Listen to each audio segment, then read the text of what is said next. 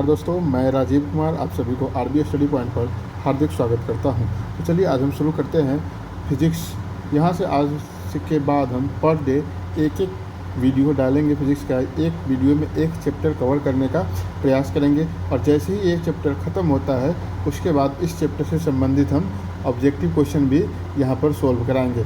तो चलिए आज हम शुरू करते हैं अध्याय 1। अध्याय 1 में क्या पढ़ना है हम लोग को? भौतिक जगत एवं मापन यानी फिजिकल वर्ल्ड एंड मेजरमेंट के नाम से जिस चैप्टर को जाना जाता है उसके बारे में हम पढ़ेंगे। तो चलिए सबसे पहले हम देखते हैं जो साइंस यानी विज्ञान आखिरकार होता क्या है। तो ऐसे हम इसको समझ सकते हैं, जिस शब्द की उत्पत्ति, जैसे विज्ञान शब्द की उत्पत्ति लैटिन शब्द साइंटिया से हुई है, जिसका अर्थ होता है जानना। यानी किसी भी व्यक्ति के अंदर अगर जानने की इच्छा या जिज्ञासा जागृत होती है तो उसको हम क्या कह सकते हैं? साइंस का कह सकते हैं। ये अतः किसी भी तथ्य को जानने हेतु जो प्रयास किया जाता है एवं प्रयास के फलस्वरूप जो ज्ञान प्राप्त होता है वही क्या कहलाता है? तो वही विज्ञान कहलाता है। ठीक है, तो चलिए आज हम शुरू करते हैं। कौन सा चैप्टर? तो फिजिक्स का फर्स्ट चैप्टर। या सबसे पहले देखिए आखिरकार फिजिक्स होता क्या है। तो भौतिक, देखिए फिजिक्स को हिंदी में क्या कहेंगे? तो भौतिक के नाम से जाना जाता है। तो भौतिक शब्द की उत्पत्ति ग्रीक भाषा से हुई है, जिसका अर्थ होता है प्रकृति। ठीक है, भौतिक ऐसा विषय है जो हमें प्रकृति और प्राकृतिक घटनाओं के बारे में विस्तार से बताता है। ठीक है, जो प्रकृति और प्राकृतिक घटनाओं के बारे में विस्तार से हमें जो चीज़ बताता है उसी को क्या कहते हैं? भौतिक कहते हैं या फिजिक्स कहते हैं। जिसकी उत्पत्ति किस भाषा से हुई है? ग्रीक भाषा से हुई है, जिसका अर्थ होता है प्रकृति। ठीक है, तो चलते हैं। आज हम यहाँ पर फर्स्ट देखेंगे यूनिट क्या होता है। देखिए, तो विज्ञान मापन पर आधारित है।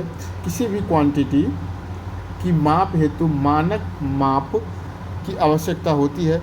इसी मानक माप को उस क्वांटिटी का यूनिट या मात्रक कहा जाता है। ठीक है, अब यहाँ पर हम समझेंगे कि किसी भी क्वांटिटी के परिणाम को दर्शाने हेतु दो बात का पता होना आवश्यक होता है। यानी किसी भी क्वांटिटी, जैसे 5 kg अगर चावल लेते हैं तो वहाँ पर 5 kg, तो यहाँ पर दो चीज़, एक 5 और 1 kg, दो चीज़ की ज़रूरत पड़ता है, एक परिणाम का पड़ता है। ठीक है, तो देखते हैं जैसे यूनिट, जिसे क्वांटिटी को व्यक्त किया जाता है। नंबर, देखिए नंबर संख्या, जिससे यह पता चलता है कि क्वांटिटी यूनिट कितनी बार शामिल है। जैसे किसी क्वांटिटी को हम परिणाम को दर्शाते हैं। जैसे मानते हैं अगर कोई ग्राहक 5 kg क्या करता है? 5 kg चावल खरीदता है, तो यहाँ पर क्या है? ये kg क्या है? यूनिट है। और ये संख्या क्या है?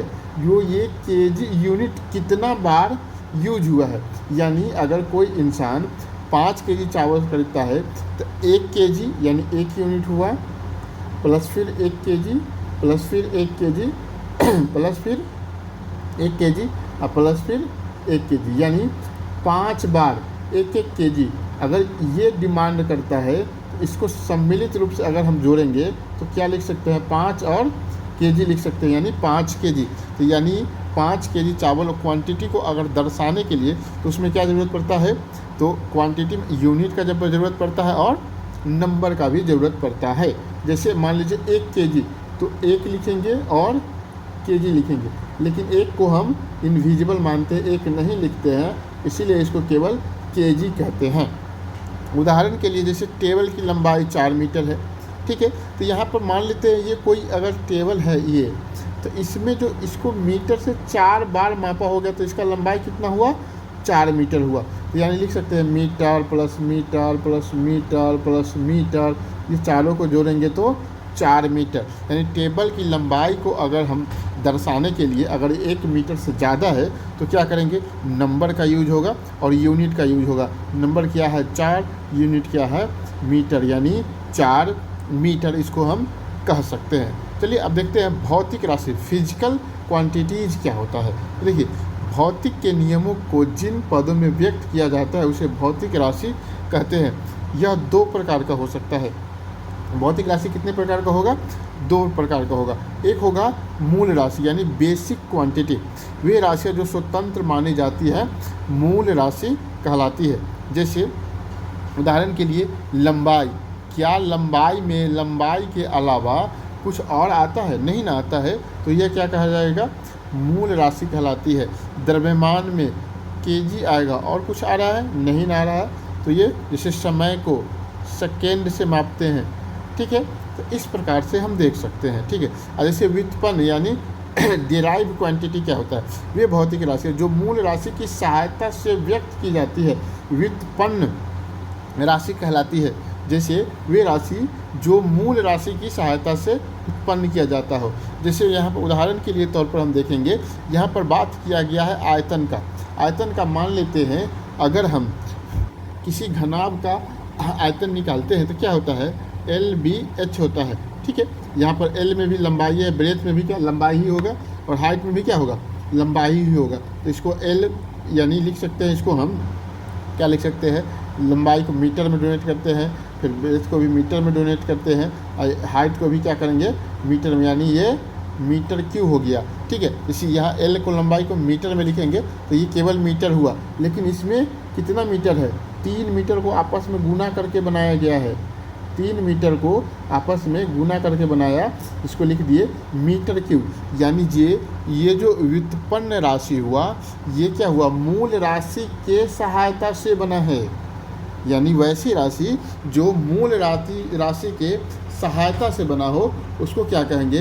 व्युत्पन्न राशि या डिराइव्ड क्वांटिटी के नाम से हम जानते हैं। घनत्व का भी होगा कुछ, जैसे क्षेत्रफल का भी मीटर स्क्वायर, किसी का भी अगर क्षेत्रफल निकालते हैं, अगर मीटर में लेंथ दिया हुआ है तो मीटर स्क्वायर होगा, या किलोमीटर में तो किलोमीटर स्क्वायर होता है, या सेंटीमीटर में है तो सेंटीमीटर स्क्वायर होता है, ठीक है। इसी तरह से देखेंगे, मूल राशि के मात्रक को मूल मात्रक कहा जाता है, तथा व्युत्पन्न राशि के मात्रक को व्युत्पन्न मात्रक यानी डिराइव्ड यूनिट कहा जाता है, और मूल मात्रक को बेसिक यूनिट कहते हैं। यहाँ पर देखेंगे प्रमुख मूल मात्रक पद्धति। जैसे मूल मात्रक किसी देश में कुछ और माप से मापा जाता है, कहीं और आगे चल के कैसे एक हुआ है, पूरे अंतर्राष्ट्रीय लेवल पर एक आधार पर माना जाता है, ये हम आगे देखेंगे। चलिए देखते हैं, यानी प्रमुख क्या है? मापक प्रमुख मात्रक पद्धति। यहाँ पर देखेंगे FPS यानी फुट पाउंड सेकेंड पद्धति को हम पढ़ेंगे, तो यहाँ पर लंबाई को किससे मापा जाता है? फुट से मापा जाता है। द्रव्यमान को पाउंड से मापा जाता है, समय को सेकेंड से। इसे ब्रिटिश पद्धति भी कहते हैं, क्योंकि इसे ब्रिटिश सरकार द्वारा अपनाया गया था, इसीलिए इसको किस नाम से कहेंगे? तो इसको ब्रिटिश पद्धति भी कहा जाता है। चलिए, अब उसके बाद है CGS सिस्टम। यहाँ पर CGS में C का मतलब होता है सेंटीमीटर, G का मतलब ग्राम होता है, और S का मतलब सेकेंड होता है। इसको क्या कहेंगे?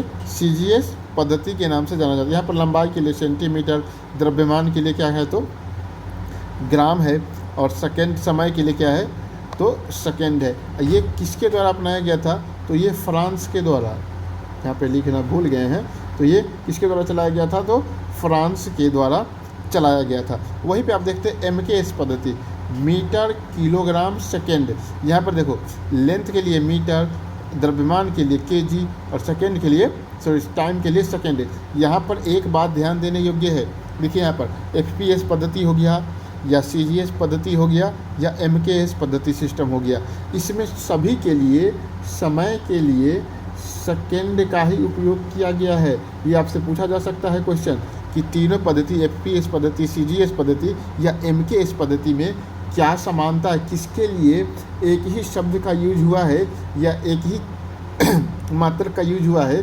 तो टाइम के लिए किसका यूज हुआ है? तो सेकेंड का यूज हुआ है। यहाँ पर ये जैसे अब फुट हुआ, फुट पाउंड सेकेंड हुआ, CGS पद्धति हुआ या MKS पद्धति हुआ, तो इसमें हम ये देखेंगे MKS पद्धति में यहाँ पर देखो, अब यहाँ पे कुछ और मान रहा है, यहाँ पे कुछ और मान रहा है, यहाँ पे कुछ और मान रहा है। जैसे ही करके व्यापार का जो विस्तार पूरे वर्ल्ड में होता है, तो इसको लेकर के आगे लोगों में क्या होता है? परेशानी उत्पन्न होने लगता है। कहीं पे लंबाई को फुट में माप रहा है, कहीं लंबाई को सेंटीमीटर में माप रहा है, कहीं मीटर में माप रहा है। तो इस सब दुविधा को दूर करने के लिए एक मात्रकों का अंतर्राष्ट्रीय पद्धति एसआई सिस्टम लाया गया।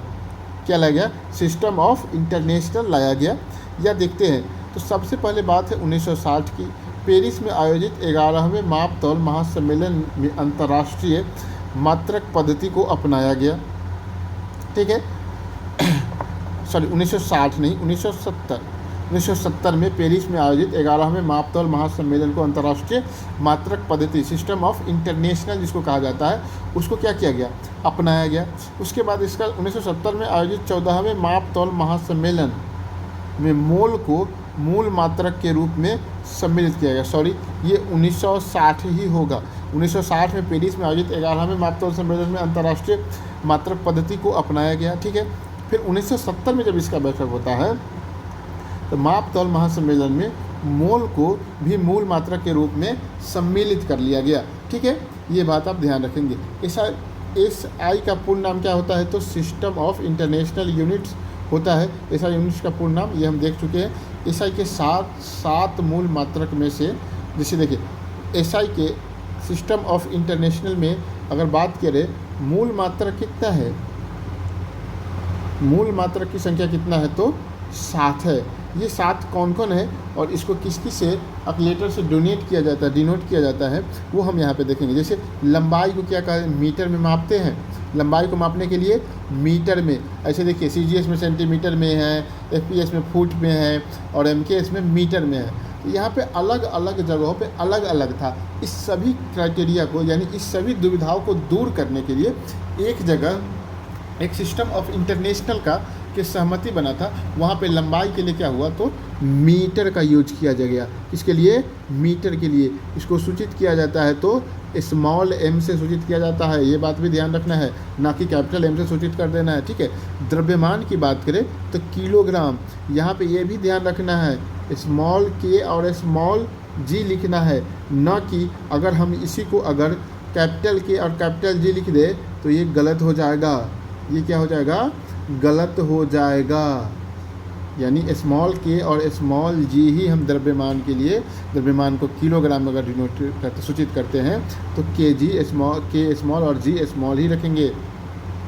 उसके बाद समय को सेकेंड में यहाँ पे याद रखना, ध्यान रखना स्मॉल एस होता है न कि कैपिटल एस होता है। ठीक है, विद्युत धारा को एम्पियर में मापा जाता है, यहाँ पे कैपिटल ए होता है। तापमान को केल्विन में मापा जाता है, यहाँ पे कैपिटल के होता है। ज्योति तीव्रता को कैंडेला में यहाँ पर स्मॉल सी और स्मॉल डी होता है। पदार्थ का परिमाप को मोल में स्मॉल एम और ओ एल लिखना है। कहीं भी लिखना है तो मोल के लिए स्मॉल एम और एल ही लिखना है। तो ये मुख्य रूप से एसआई पद्धति में 7 मूल मात्रक है। ठीक है, 7 मूल मात्रक। एक बार और इसको देखते हैं। लंबाई को मीटर में एम से सूचित करेंगे, द्रव्यमान को किलोग्राम में, इसको केजी से सूचित करेंगे। समय के लिए सेकेंड है, इसको एस से सूचित करेंगे। विद्युत धारा के लिए एम्पियर है, इसको ए से सूचित करेंगे। तापमान के लिए केल्विन है, इसको के से सूचित करेंगे। ज्योति तीव्रता के लिए कैंडेला, इसको सी डी से सूचित करेंगे। पदार्थ का परिमाप के लिए मोल है, इसको एम ओ एल से सूचित हम करेंगे। इसी एसआई यूनिट में 2 संपूरक मात्रक के भी चर्चा किया गया है। 2 संपूरक मात्रक के लिए, जैसे प्लेन एंगल अगर मापते हैं, जैसे हम अगर आयत का कोण मापते हैं तो इसको क्या कहेंगे? रेडियन, आर ए डी से सूचित करेंगे, स्मॉल होगा। प्लेन एंगल को मापने जैसे आयत का, वृत्त का, त्रिभुज का, इस सब का अगर एंगल हमको मापना है तो उसको प्लेन एंगल यानी किसी तो रेडियन से। और वहीं पे अगर सॉलिड एंगल की बात की जाए, जैसे घनाभ की बात किया जाए, अगर घनाभ की बात किया जाए, सॉलिड एंगल की बात किया जाए तो ये हम किससे सूचित करेंगे? तो स्टेरेडियन से। यानी ठोस एंगल यानी सॉलिड एंगल को स्टेरेडियन से, प्लेन यानी समतल एंगल को रेडियन से मापेंगे। ये बात ध्यान रखना है। यहाँ पर देखिएगा एसआई प्रीफिक्स या अंतर्राष्ट्रीय उपसर्ग का नाम, जैसे milli, micro, nano, pico, femto, atto, ये सब याद रखने की चीज़ है। हम क्या करेंगे? इसको 2 बार यहाँ देखते हैं, उसी तरह से इसको हम क्या कर लेंगे? याद करने का प्रयास करेंगे। जैसे milli, micro, nano, pico, femto, atto, ये माइनस वाले हैं तो इसको हम एक साथ देख लेंगे। क्या है? मिली, माइक्रो, उसके बाद नैनो, पिको, उसके बाद फेम्टो, ऑटो, उसके बाद क्या है, अगर वहीं पे प्लस में आ जाए तो प्लस में है किलो, मेगा, गीगा, टेरा, पेंटा और हेक्सा। इसको 4 5 बार 6 बार जितना बार में जब तक आप याद ना हो तब तो इसको पर पढ़ते रहना। जैसे milli, micro, nano, pico, femto, atto, kilo, mega, giga, tera, penta, hexa. इसी तरह से आप पढ़ेंगे तो आपको भी इसी तरह से फ्लुएंटली यानी आसानी से याद हो जाएगा। जैसे कि आप आँख बंद करके भी इसको भी आगे चल के आप याद कर सकते हैं। जैसे milli, micro, nano, pico, femto, atto, kilo, mega, giga, tera, penta, hexa इत्यादि। इसी तरह से आपको याद करना है। आप यहाँ पर देखते हैं व्युत्पन्न मात्रक यानी डिराइव्ड यूनिट कैसे हम निकाल सकते हैं। जैसे वेग है, वेग बराबर क्या होता है, तो वेग बराबर होता है विस्थापन बटा समय। यहाँ पे विस्थापन क्या है हम आगे ये देखेंगे। जो विस्थापन क्या होता है, किसी भी 2 पॉइंट के बीच का जो शॉर्टेस्ट डिस्टेंस होता है, न्यूनतम दूरी होता है, उसी को विस्थापन कहते हैं। ठीक है, तो विस्थापन को हम तो यानी विस्थापन क्या होगा, लंबाई में होगा। तो लंबाई को हम क्या लिखेंगे, मीटर लिखेंगे। और समय को क्या लिखते हैं, सेकेंड लिख सकते हैं।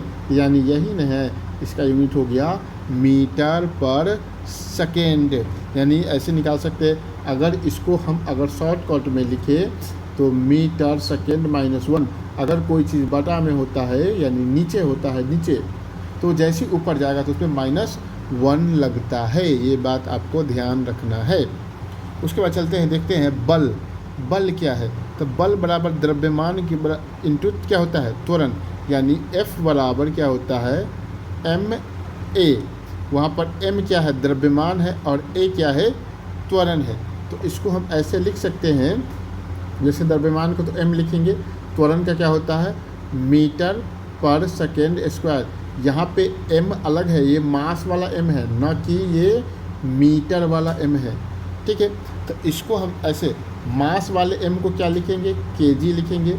और इसको मीटर को क्या लिखेंगे, मीटर को मीटर ही लिखेंगे। और टाइम को सेकेंड। और जैसे ऊपर जाएगा तो ये -2। यानी कह सकते हैं जो बल का SI मात्रक होता है kg मीटर पर सेकेंड स्क्वायर। इसी kg मीटर पर सेकेंड स्क्वायर को हम क्या कहते हैं, तो न्यूटन कहते हैं। शॉर्ट में इसको कैपिटल N लिख सकते हैं। यानी बल का SI मात्रक क्या आया, न्यूटन आया। और यूनिट क्या आया, तो kg मीटर पर सेकेंड स्क्वायर। ये बात ध्यान रखनी है। अब उसके बाद कार्य है। कार्य बराबर क्या होता है, बल गुने विस्थापन। कार्य बराबर क्या होता है, तो बल गुने विस्थापन। यहाँ पर देखिए, अब यहाँ पर फिर इसको हम निकाल कर देखते हैं। जैसे बल बराबर क्या होता है, F बराबर ma होता है। अब विस्थापन का क्या होता है, विस्थापन भी क्या होता है, मीटर। लेकिन ये मीटर में नहीं है, ये द्रव्यमान को दर्शा रहा है। तो इसको क्या लिखेंगे, kg, और इसको क्या लिखेंगे, मीटर पर सेकेंड स्क्वायर इंटू फिर क्या है, ये मीटर है। तो यानी इसको हम लिख सकते हैं kg, 1 मीटर, ये मीटर, तो मीटर स्क्वायर और सेकेंड -2। यानी कार्य का क्या होगा, kg मीटर स्क्वायर सेकेंड -2। और इसी को हम कहते हैं जूल के द्वारा सूचित किया जाता है। यानी कार्य का SI मात्रक क्या हुआ, तो जूल होता है। और उसका यूनिट क्या होता है, ऐसा यूनिट क्या होता है, तो kg मीटर स्क्वायर पर सेकेंड स्क्वायर, या kg मीटर स्क्वायर सेकेंड -2 होगा। इसी तरह से देखेंगे शक्ति। शक्ति का क्या होता है, शक्ति बराबर होता है कार्य बटा समय। तो कार्य का तो यहाँ निकाल चुके हैं।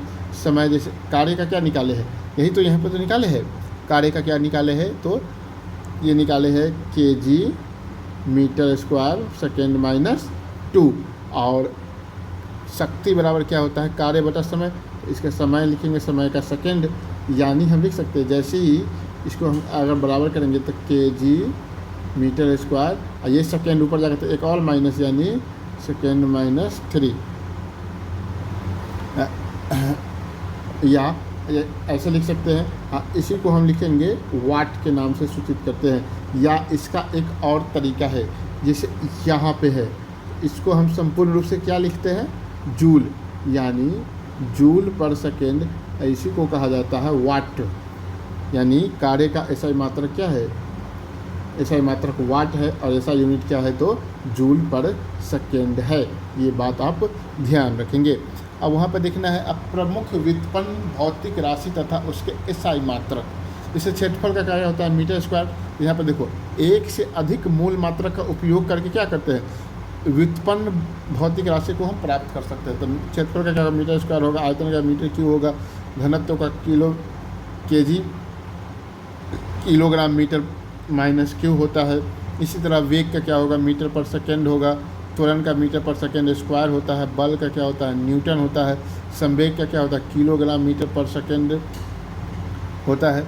इसी तरह से कार्य का जूल होता है, शक्ति का वाट होता है, दाब का क्या होता है न्यूटन मीटर स्क्वायर होता है या दाब को पास्कल के नाम से भी हम सूचित करते हैं। बल घूर्णन को क्या होता है न्यूटन मीटर होता है, ऊष्मा का क्या होता है जूल होता है। इस सब में एक से अधिक मूल मात्रक का यूज हुआ है, उससे बना है व्युत्पन्न मात्रक। ठीक है, यही बात है। ऊष्माधारिता क्या होता है जूल प्रति केल्विन होता है, विशिष्ट ऊष्माधारिता का जूल किलोग्राम केल्विन माइनस ये होता है। लेकिन यहाँ पर देखिए यूनिट एंड डायमेंशन या मेजरमेंट जो चैप्टर ऐसा है इसमें पूरे फिजिक्स का सूत्र यहाँ पे समझाया जाता है। ये सब अगर अभी आपको नहीं समझ में आ रहा है तो इसके लिए आपको हड़बड़ाने की कोई ज़रूरत नहीं है।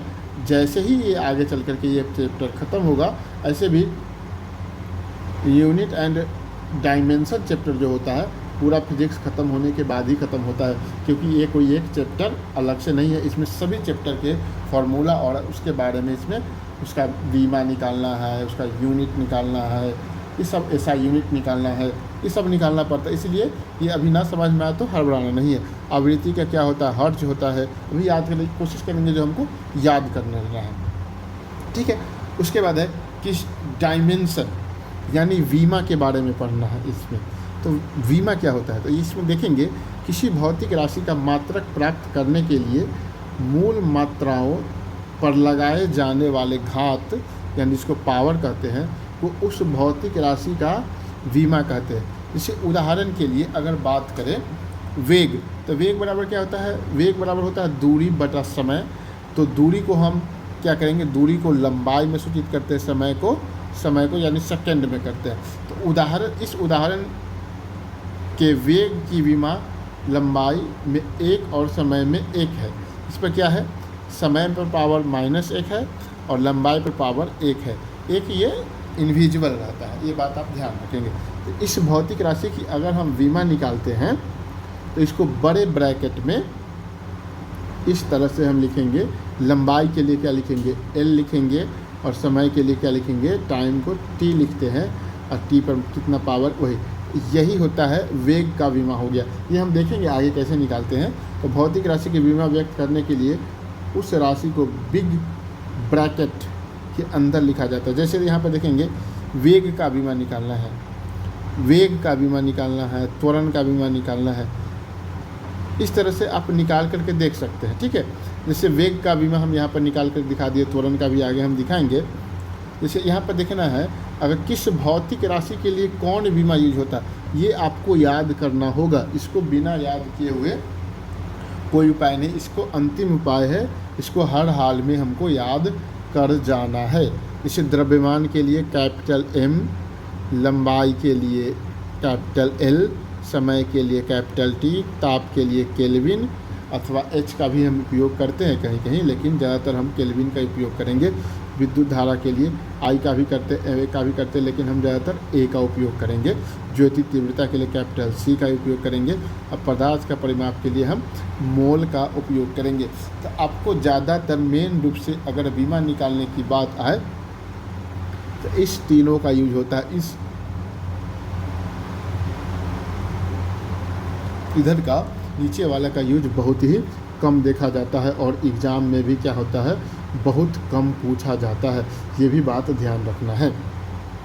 अविमीय सूत्र कैसे निकालेंगे तो किसी भी भौतिक राशि के मात्रक, लंबाई, द्रव्यमान, समय के मूल मात्रकों के बीच संबंध को दर्शाने वाले व्यंजक को विमीय सूत्र कहते हैं। ये बात ध्यान रखना संबंध को। और दोनों मात्रक और मूल मात्रक जैसे क्या लिखा हुआ है किसी भी भौतिक राशि के मात्रक, लंबाई, द्रव्यमान और समय के मूल मात्रकों के बीच जो आपसी संबंध होता है उसको जो दर्शाता है उस व्यंजक को क्या कहेंगे, तो विमीय सूत्र कहते हैं। जैसे यहाँ पर देखिए वेग क्या होता है, लंबाई, यानी वेग बराबर क्या होता है, वेग बराबर होता है दूरी बटे समय। दूरी को तो क्या होगा, लंबाई ही होगा ना। तो एल के यहाँ पर देखेंगे लंबाई के लिए क्या हुआ है, तो एल हुआ है, तो यहाँ पर हम लिखेंगे एल। और समय के लिए टी यूज होगा तो टी। लेकिन इसको बिग ब्रैकेट करना है, लेकिन इसमें बटे में बीमा निकालने के वक्त नहीं छोड़ना है, अन्यथा वो गलत माना जाएगा। क्या करेंगे उसको, तो बटा में लेकर के एक सीधी लाइन में लिखेंगे। तो एल लिखेंगे, एल पर पावर 1 है, 1 इनविजिबल है इसलिए 1 को नहीं लिखेंगे। टी पर पावर क्या है, टी नीचे है, इसको ऊपर ले जाएंगे तो -1। यही क्या हुआ, वेग का क्या हुआ, विमा हुआ। ये निकालने आ गया अपने से, खुद से जा कर के घर पे वेग का हो गया, जैसे क्षेत्रफल का हो गया, किसी भी चीज़ का हो गया, जैसे काइनेटिक एनर्जी हो गया, पोटेंशियल एनर्जी हो गया, बल हो गया, इस सब का क्या करेंगे हम लोग, खुद से बीमा निकालने का प्रयास करेंगे, खुद से लिख करके। देखिए यहाँ पर देखिए LT-1, इसको हम जैसे m0 भी लिख सकते हैं, LT-1, क्योंकि यहाँ पे क्या लिखा हुआ है, भौतिक राशि का मतलब लंबाई, द्रव्यमान और समय के मूल मात्रा के बीच आपसी संबंध को दर्शाना है। तो यहाँ पर देखो, अगर यहाँ पे कहीं भी तो द्रव्यमान का यूज नहीं हुआ है, इसीलिए द्रव्यमान को हम निगलेक्ट करके चलेंगे। लेकिन इसको लिखने के लिए हम द्रव्यमान को क्या कर सकते हैं, 0 लिख देंगे। किसी पर पावर 0 का मतलब होता है 1, ठीक है।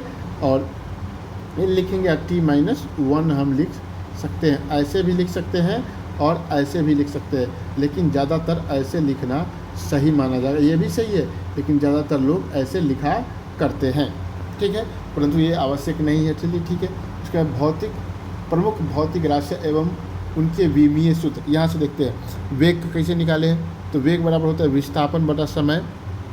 विस्थापन बटा क्या होता है, समय होता है। तो विस्थापन मतलब होता है लंबाई, यानी L बटा T।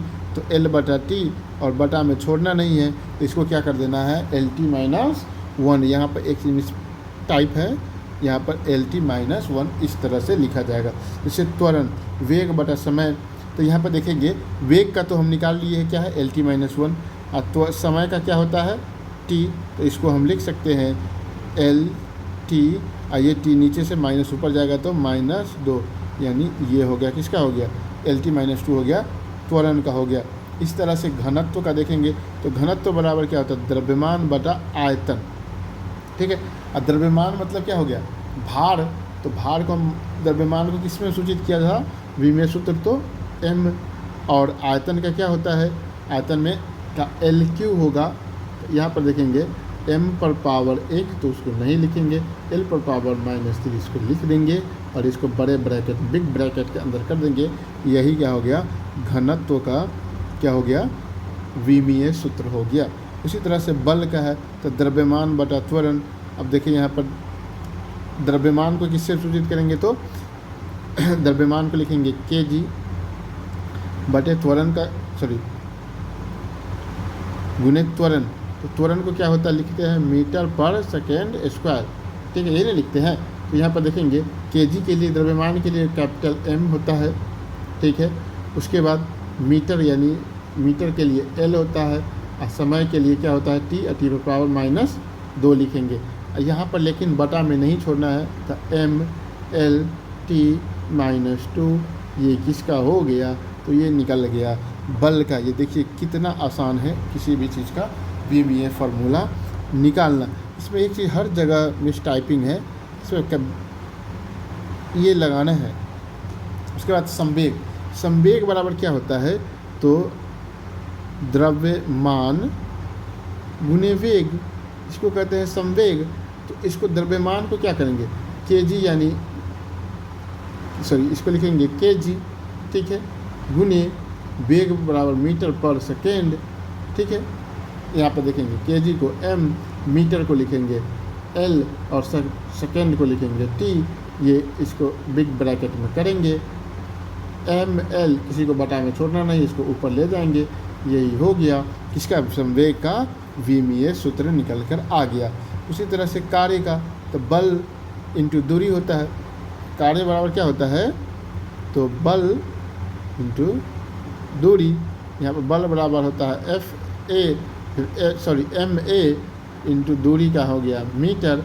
यहाँ पर देखेंगे एम मतलब मास यानी केजी, और ए मतलब एक्सेलरेशन यानी मीटर पर सेकेंड स्क्वायर, और फिर यहाँ पर फिर एम, देखिए केजी को लिखेंगे एम, मीटर का 1 मीटर ये और 1 मीटर ये, तो यानी L2, और इसके लिखेंगे T पर पावर 2, लेकिन बटा में किसी को छोड़ना है नहीं, बिग ब्रैकेट और लिख करेंगे। उसके बाद m लिखेंगे, L पर पावर 2 लिखेंगे, और T पर पावर -2 लिखेंगे। यही किसका आ गया विमीय सूत्र, तो कार्य का ये आ गया m L2 T -2, ये हो गया विमीय सूत्र। इसी तरह से इस चैप्टर में आगे हम देखेंगे, इसका ऑब्जेक्टिव क्वेश्चन हम सोल्व करके बताएंगे कि FPS foot pound second, MKS, ये पद्धति सबके पे क्या संबंध, इससे कितना ऑब्जेक्टिव क्वेश्चन बन सकते हैं, उसका हम नेक्स्ट वीडियो में इसको क्या करेंगे, तो अपलोड करेंगे आंसर के साथ। तो इसी तरह से हम फिज़िक्स का एक एक चैप्टर कर करके टोटल 14 चैप्टर है, तो इसको हम 28 क्लास में ख़त्म करने का प्रयास करेंगे। ये उपयुक्त किसके लिए होगा, तो रेलवे के लिए होगा, SSC के लिए होगा, BPSC के लिए होगा, और BPSC टीचर के लिए होगा, और सारे बिहार के जितने भी एग्ज़ाम होंगे इस सबके लिए, जैसे SI हो गया, बिहार कांस्टेबल होगा, सबके लिए ये पर्याप्त रहेगा, इससे बाहर से नहीं कुछ रहेगा। चलिए हम आज से ये सीरीज प्रयत्न करते हैं कि पर डे एक वीडियो आपको देखने को मिलेगा। एक दिन थ्योरिकल क्लास होगा, उसके बाद थ्योरी के क्लास के बाद ऑब्जेक्टिव होगा, और जहाँ जहाँ जिस चैप्टर में जितना भी क्वेश्चन फिजिक्स में यानी न्यूमेरिकल की बात आएगा, तो न्यूमेरिकल भी सॉल्व करके आपको बताया जाएगा। जय हिंद, जय भारत। अगर आपको ये वीडियो अच्छा लगा तो एक लाइक और एक सब्सक्राइब करना ना भूलें। जय हिंद, जय भारत, धन्यवाद।